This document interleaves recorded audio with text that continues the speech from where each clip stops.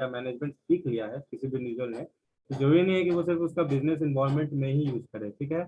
वो क्या है कि वो उसको अदर फील्ड में भी यूज कर सकता है। तो इस तरह लर्निंग क्या है, ट्रांसफरेबल है। जो भी चीज़ आपने मैनेजमेंट अगर सीखा है, मैनेज करना आपको आ गया है, तो वो क्या है कि आप उसका सिर्फ बिजनेस इन्वायरमेंट में ही, जरूरी नहीं है कि उसका यूज करें, उसका यूज आप अलग जगह पे दूसरे फील्ड में भी कर सकते हैं। जैसे आप एजुकेशन सिस्टम को भी मैनेज कर सकते हैं, एग्रीकल्चरल प्रोडक्शन को भी मैनेज कर सकते हैं, और डिस्ट्रीब्यूशन सिस्टम को भी आप मैनेज कर सकते हैं, ठीक है। तो लर्निंग क्या है कि लर्निंग ट्रांसफरेबल है और क्रिएटिविटी को भी ये इन्वॉल्व करता है, ठीक है। लर्निंग क्या है कि लर्निंग एबिलिटी है कि आप अपने नॉलेज का कैसे अप्लाई करते हैं अलग अलग फील्ड में अपने पूरे लाइफ स्पैन के लिए या अपने पूरे जिंदगी के लिए, ठीक है। तो लर्निंग क्या है कि लर्निंग को अगर कहा जाए तो learning means the ability to apply the knowledge in various field throughout the life span. मतलब पूरे आप लाइफ स्पैन के दौरान क्या है कि आपने जो भी चीज़ आपने सीखा है, तो या आपने आपने जो भी नॉलेज आपने गेन किया है उसको आप अप्लाई करते हैं अलग अलग फील्ड में, ठीक है। न्यू नॉलेज स्किल और any other input receipt should be use creatively, ठीक है। जो भी आपने नया चीज सीखा है, नया ज्ञान सीखा है या नया स्किल सीखा है या ऐसा कोई भी इनपुट आपने रिसीव किया है, तो उसका आपको क्रिएटिवली यूज करना चाहिए, ठीक है।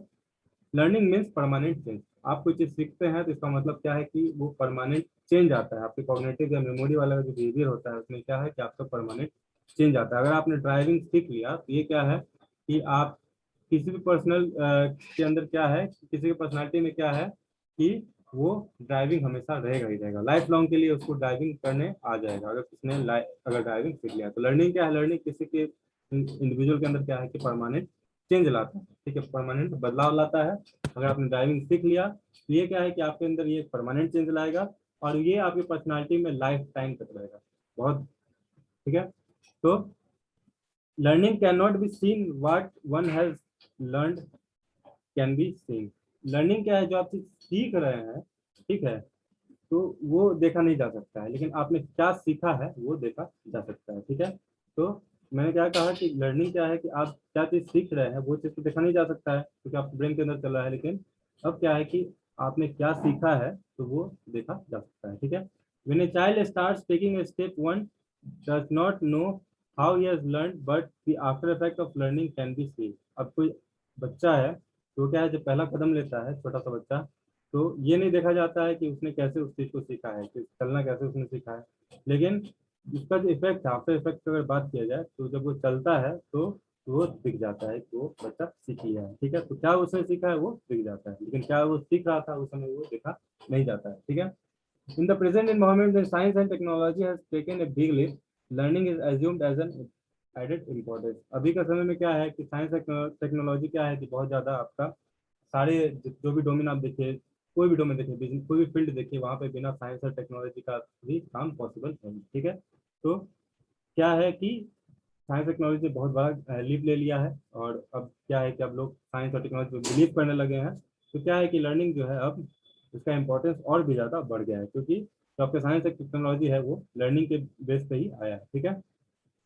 It is important for individuals to learn all the time to keep pace with the environment. ये जरूरी है हर इंसान के लिए कि वो हमेशा सीखता रहे ताकि वो इन्वायरमेंट के साथ सेम पेस में चल चल सके, ठीक है। क्योंकि अगर आप सीखेगा नहीं तो क्या हो सकता है कि आप पीछे रह जाएंगे, इसलिए हमेशा सीखते रहना जरूरी है, ठीक है।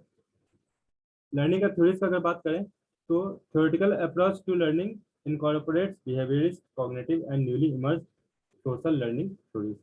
तो अलग अलग थ्योरीज दिया गया है, जैसे बिहेवियरिस्ट थ्योरी दिया गया है, कॉग्निटिव या सोशल लर्निंग थ्योरी दिया गया है। तो इस थ्योरी को समझने से ही आप क्या है कि ऑर्गेनाइजेशनल बिहेवियर को समझ पाइएगा, ठीक है। तो एक जो थ्योरी है सबसे पहला उसको कहते हैं उसको क्लासिकल कंडीशनिंग बिहेवियरिस्ट थ्योरी, ठीक है। तो लर्निंग का पहला थ्योरी क्या है, क्लासिकल कंडीशनिंग या बिहेवियरिस्ट थ्योरी।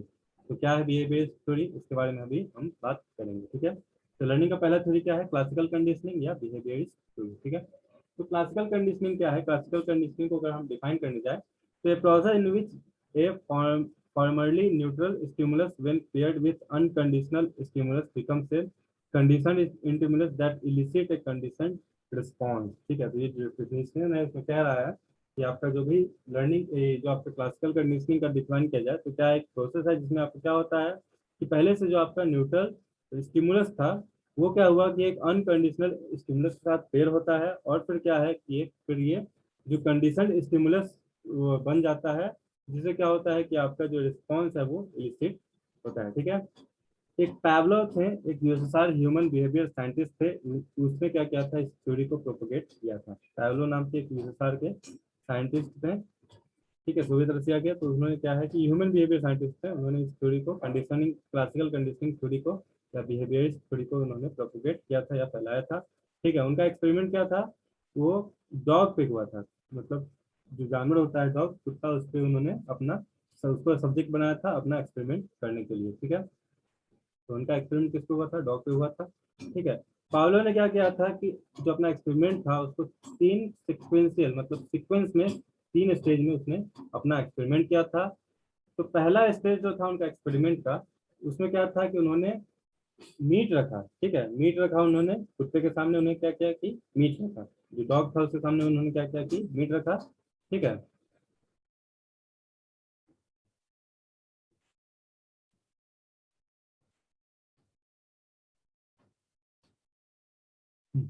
तो उन्होंने क्या है कि अपना पहला जो स्टेट था उसमें क्या किया उन्होंने, डॉग के सामने क्या रखा कि मीट रखा, ठीक है, जिसको वो उन्होंने कहा कि अनकंडीशनल स्टिमुलस है। अनकंडीशनल स्टिमुलस क्या है कि बिना कंडीशन का उन्होंने क्या किया कि वो डॉग के सामने उन्होंने मीट रख दिया, ठीक है।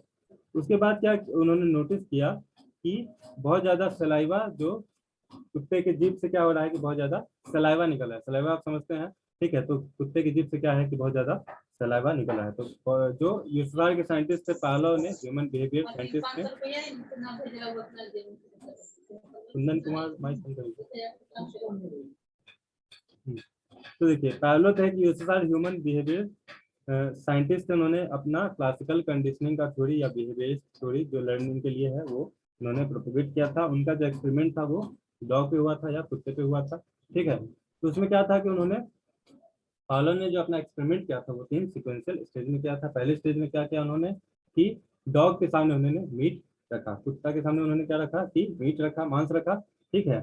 जो अनकंडीशनल स्टिमुलस था, उन्होंने देखा कि बहुत ज्यादा सलाइवा जो है डॉग, वो डॉग के जीभ से निकल रहा है, जिसको उन्होंने अनकंडीशनल रिस्पॉन्स कहा, ठीक है। स्टेज टू में क्या कहा उन्होंने, एक बेल घंटी बजाया, ठीक है, उन्होंने घंटी बजाया और